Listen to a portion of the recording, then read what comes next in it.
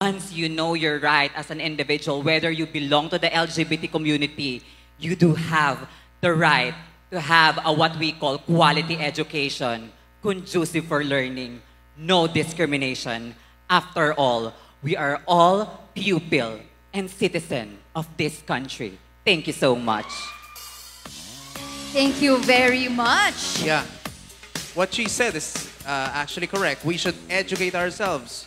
We should know our rights, right? Yes, schools aren't just a place to learn, but a place to grow family. Exactly. Totoo naman yan. Ayan, let's call on our next candidate, candidate number 10. I hope you're ready. Banyas Pakulan. I guess she's wearing a different gown now. What a quick change. Yeah. Okay, Cassie. Here's your final question.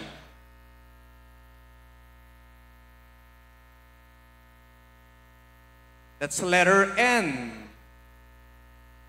And Cassie's final question is, if you could create a new initiative or program to be launched during Pride Month, what would it be and how would it contribute to the ongoing fight for LGBTQIA+ rights and well-being? In Filipino, kung ikaw ay maaring lumikha ng bagong inisyatibo o programa na ilulunsad tuwing Pride Month, ano ito at paano ito makatutulong sa patuloy na laban para sa mga karapatan at kapakanan ng LGBTQIA+.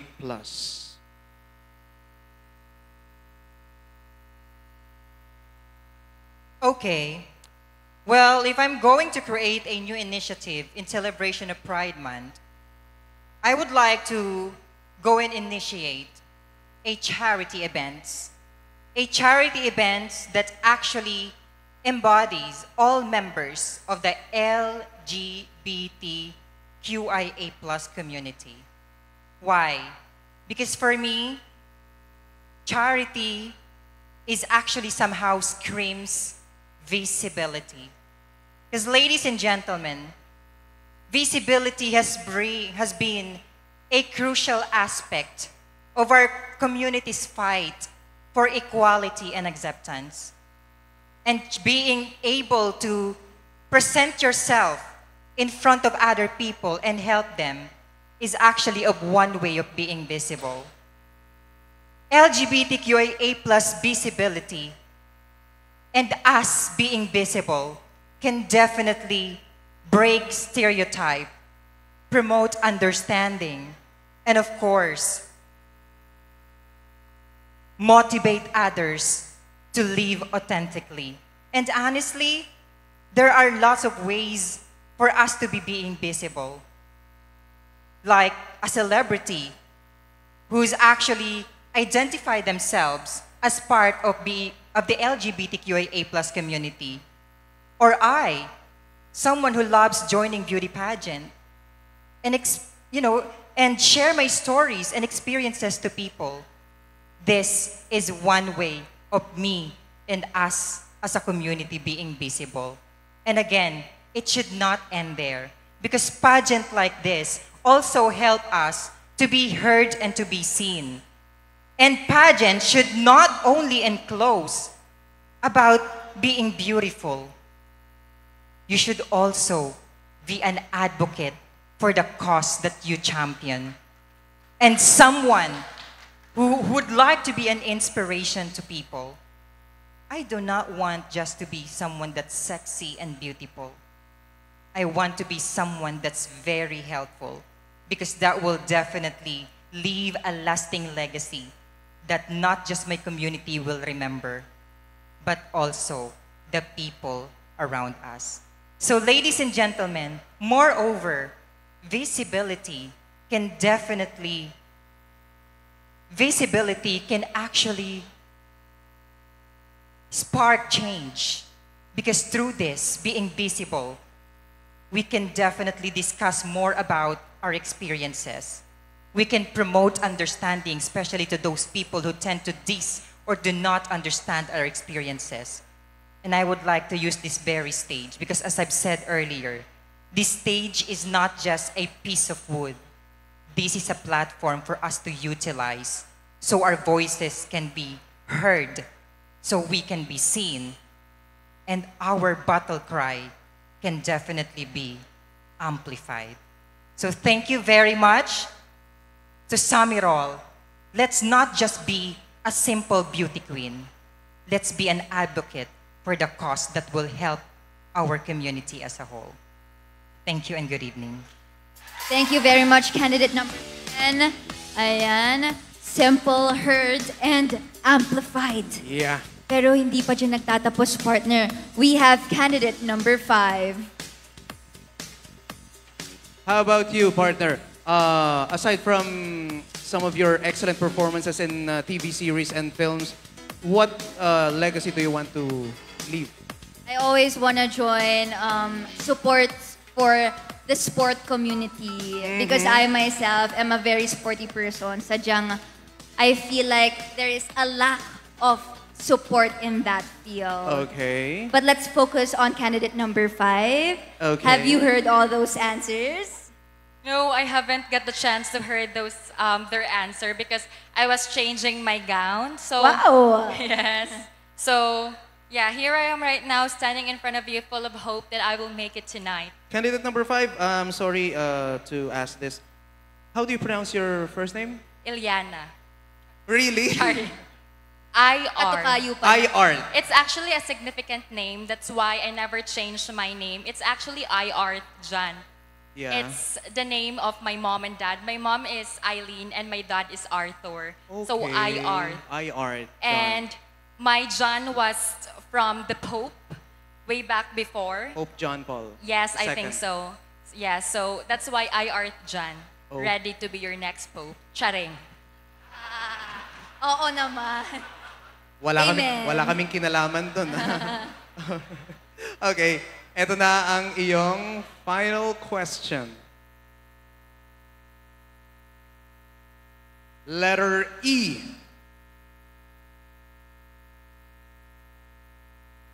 Your question is, despite progress, many challenges still face the LGBTQIA+ community globally. What is one specific challenge you believe needs more attention during Pride Month discussions? And what possible solutions do you suggest to resolve that challenge? In Filipino, sa kabila ng mga pagsulong, marami pa ring hamon ang kinaharap ng komunidad ng LGBTQIA+ sa buong mundo. Ano ang isang partikular na hamon na sa tingin mo ay nangangailangan pa ng mas malalim na atensyon sa mga talakayan tuwing Pride Month? At anong mga posibleng solusyon ang maaari mong imungkay upang malutas ito? Good evening, everyone. Pride Month is a celebration of love, identity, and the freedom to live authentically. For me, the greatest challenge of the LGBT community that needs urgent discussion is division. It's unfortunate that a lot of us do not share the same views, values, and beliefs on numerous issues concerning our banners. Instead of supporting each other, our differences have divided us in so many ways. A lot of us are opposed to certain causes that are supposedly designed to uplift the morale of everyone.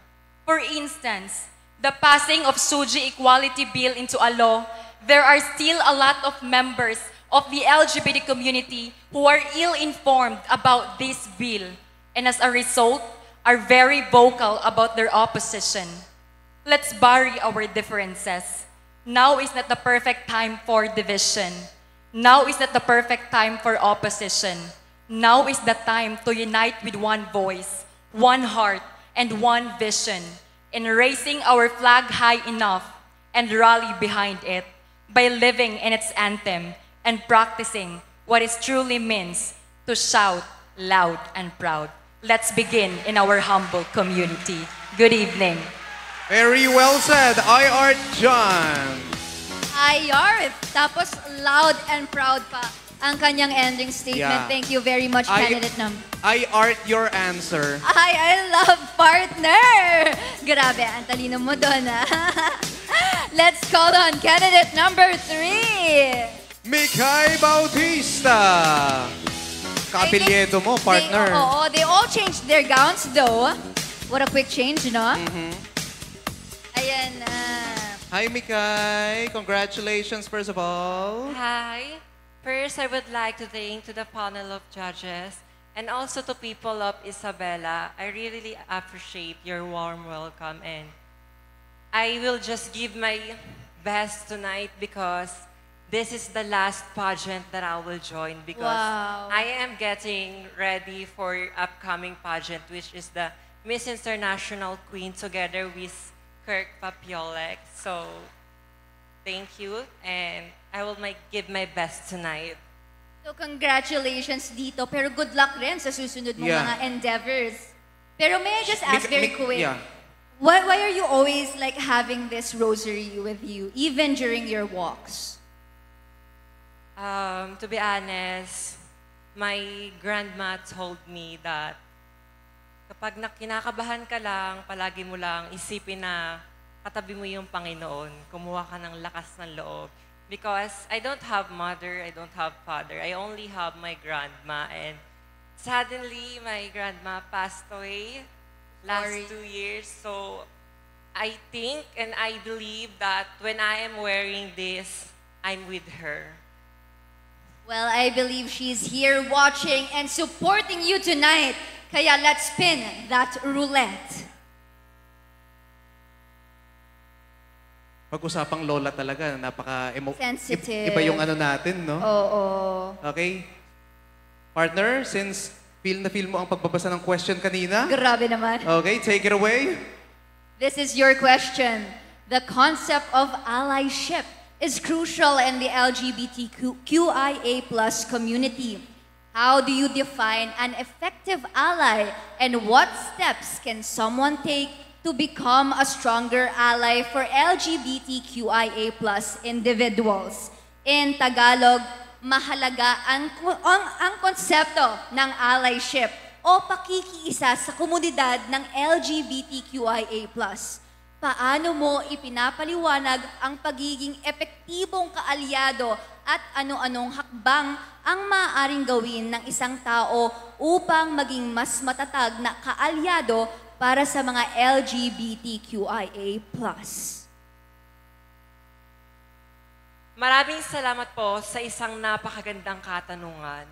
Marahil para po sa akin, bilang isang alay, ano nga daw po ba ang pinaka-epektibong aking magagawa o maisasuggest nang sa ganoon ay maging matibay ang mga miyembro ng LGBT?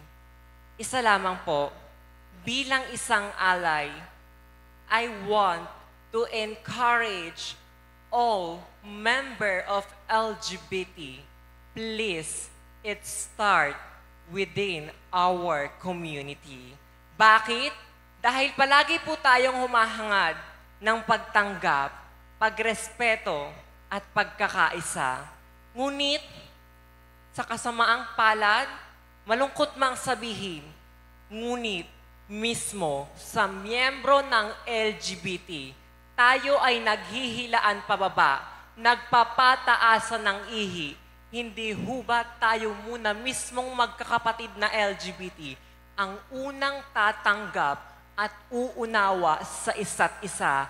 At ayan ang nakikita kong pinakamatibay at epektibo nang sa ganoon ay maging malakas ang miyembro ng LGBT.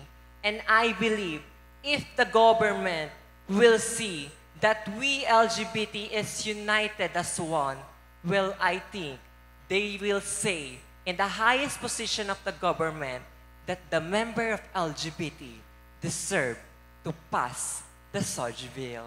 And always remember to my dear member of LGBT, non desistas, non exodus, never stop, never ever surrender.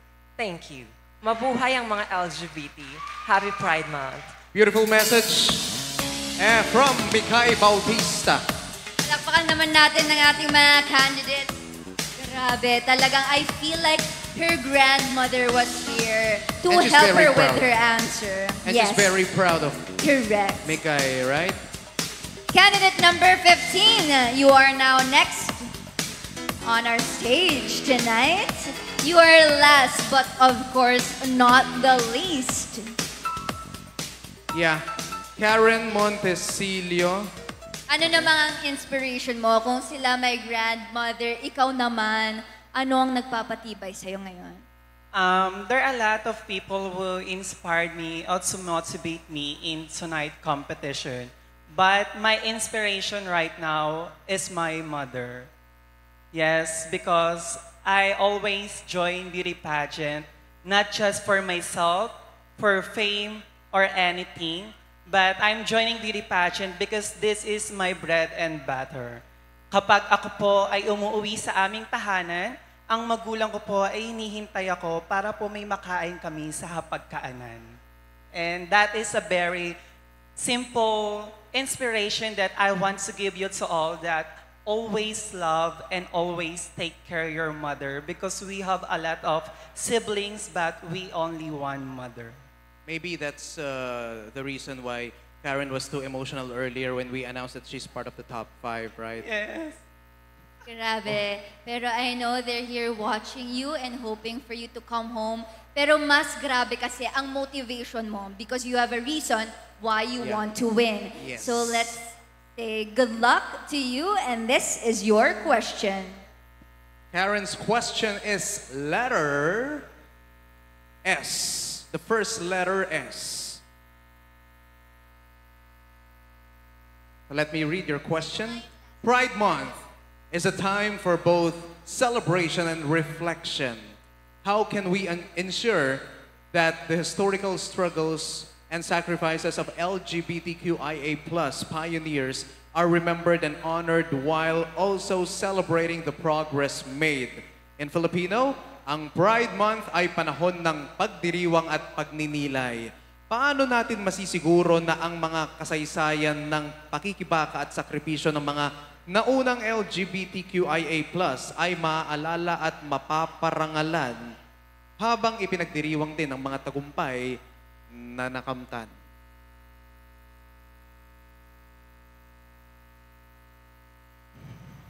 Wow. Thank you so much for the very wonderful and very interesting question. You know what, ladies and gentlemen? LGBT community here in our country is not totally accepted. We are just tolerated. Because if we are accepted, we are protected by law. And by simple that, paano natin mapapakita sa kauna-unahang LGBT community ang mga bagay na ipinaglalaban natin simula noon hanggang ngayon? Ladies and gentlemen, ang patimpalak na ito ay isa sa pinakasanggunain upang ipakita natin na unting-unti na pong tinatanggap at naririnig ang bawat protesta at tinahing naming part ng LGBT community. Bakit? Dahil unang-una, may mga babae, lalaki, or even matatanda at bata na nanunood sa amin ngayong gabi dahil sila po ay nagsasaya, sila po ay nag-e-entertain sa amin bilang isang kandidata.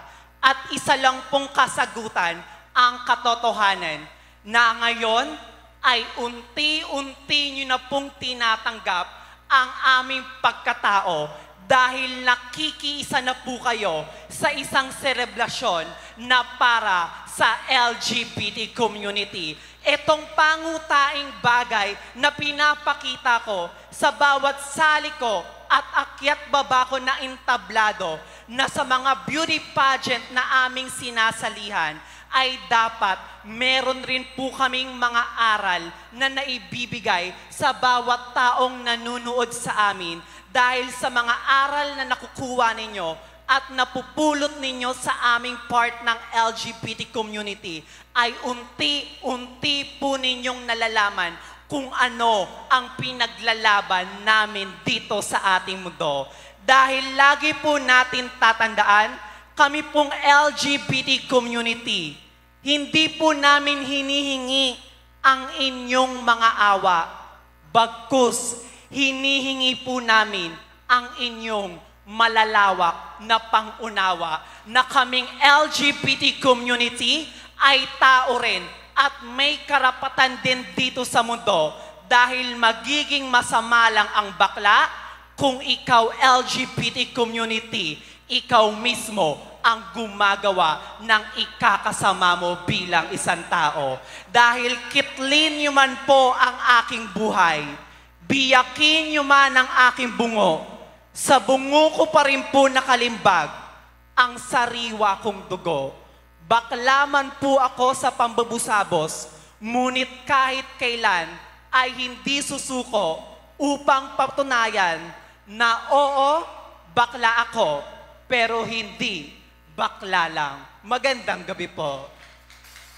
Thank you so much for that very wonderful answer. Hindi ako bakla lang. Okay, that's she's Karen Montesilio. Kare, how much do you love the rainbow community?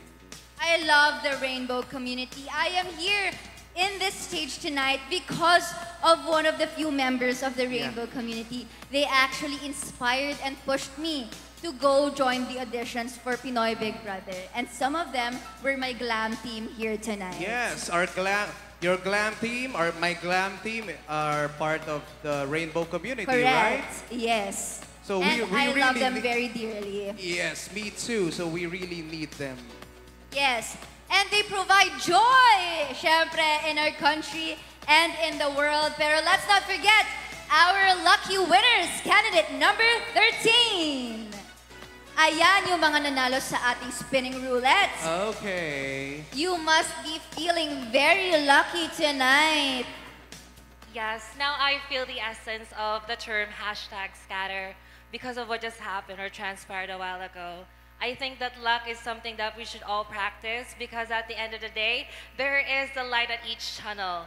Minsan nawawalan tayo ng pag-asa, pero ang maliit na ilaw, pwede ka pang mag-scatter. So thank you so much, Jamsey. Ayan, mukhang natuwa sila. Naipasok talaga yun. Let's keep that hope alive. This is your question, candidate number 13. Tignan natin kung mega win ka dito sa tanong mo ngayong gabi. Sana. Super win or mega win. Question or letter M and partner, Jasmine.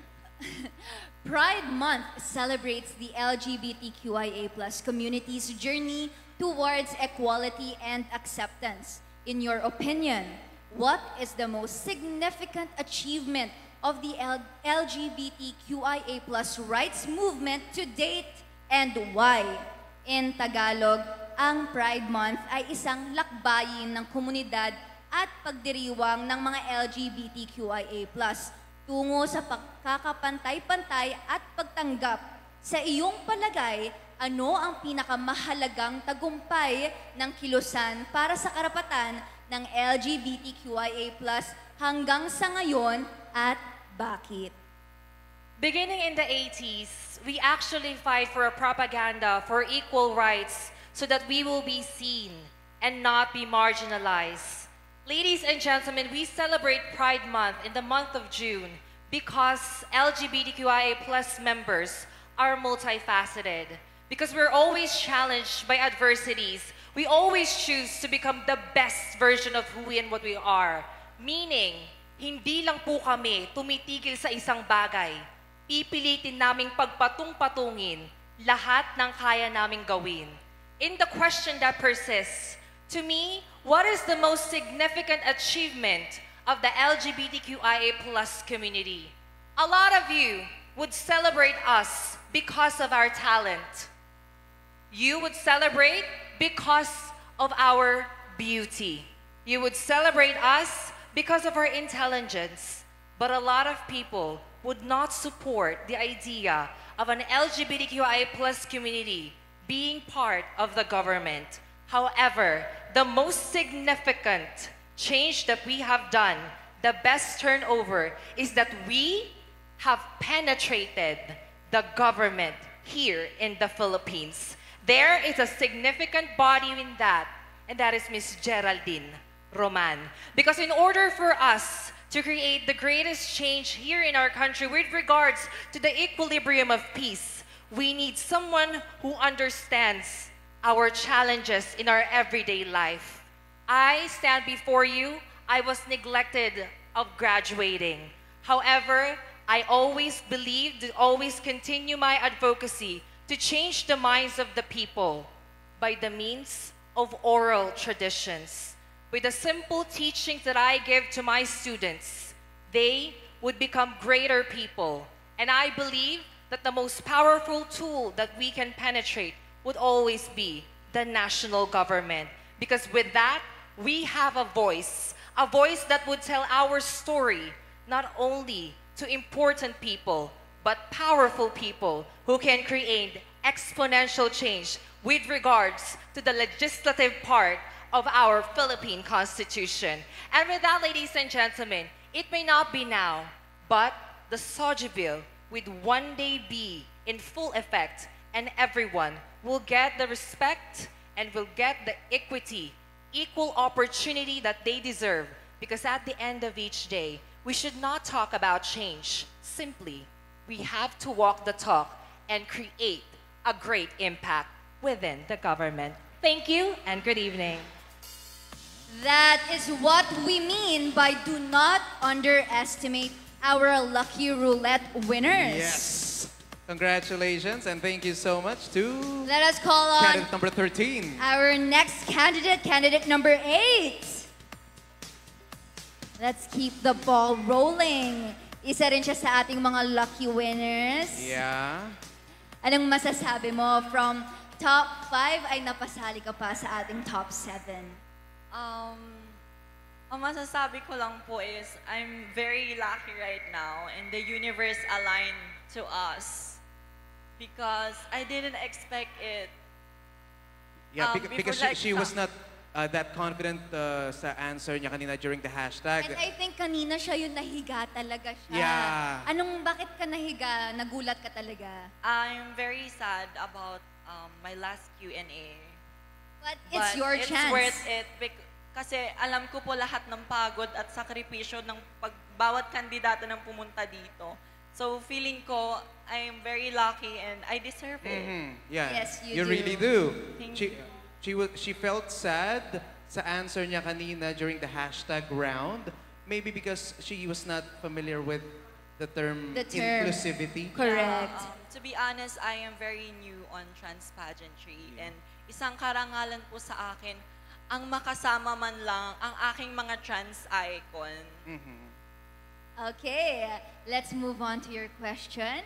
Good thing we have an English and Filipino translation for your question. You diba? have another chance to prove yourself and Yes. answer this. And there's no time limit for this final Q&A round. Let's take a look at your final question. In what ways can the celebration of Pride Month extend beyond June, becoming a year-round commitment to diversity, equity, and inclusion for all individuals, regardless of sexual orientation or gender identity? In Filipino, paano natin maisusulong ang selebrasyon ng Pride Month upang hindi ito limitado sa buwan ng Hunyo, kundi maging panghabang buhay na paninindigan para sa pagkakaiba-iba, pagkakapantay-pantay, at inklusibidad para sa lahat. Anuman ang sexual na oryentasyon o pagkakakilanlang pangkasarian.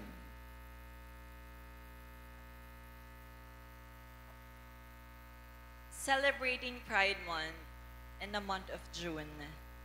But if we could inculcate in our mind, we can celebrate pride every day deep in our hearts. Because as a member of LGBT community, I am very happy to be a transgender woman. I celebrate it every day because I am very blessed. Every trans youth in this community has a dream. And at the age of 20, I achieved all my dreams. Everybody, let's celebrate Pride Month, not because for ourselves. Isipin din po natin ang bawat pamilya na may miyembro na LGBT. Dahil mahal po natin sila. Mga minamahal ko pong manonood, kung ang isang walis tingting man po ay hindi makakalinis ng isang kalat, ngunit pag binabuklod-buklod, lahat ng problema ay mawawalis. That's unity and cooperation equals victory. Thank you. Unity and cooperation equals victory. Finally, she was able to answer the question. We are so proud of our candidates. And that's it, ladies and gentlemen. The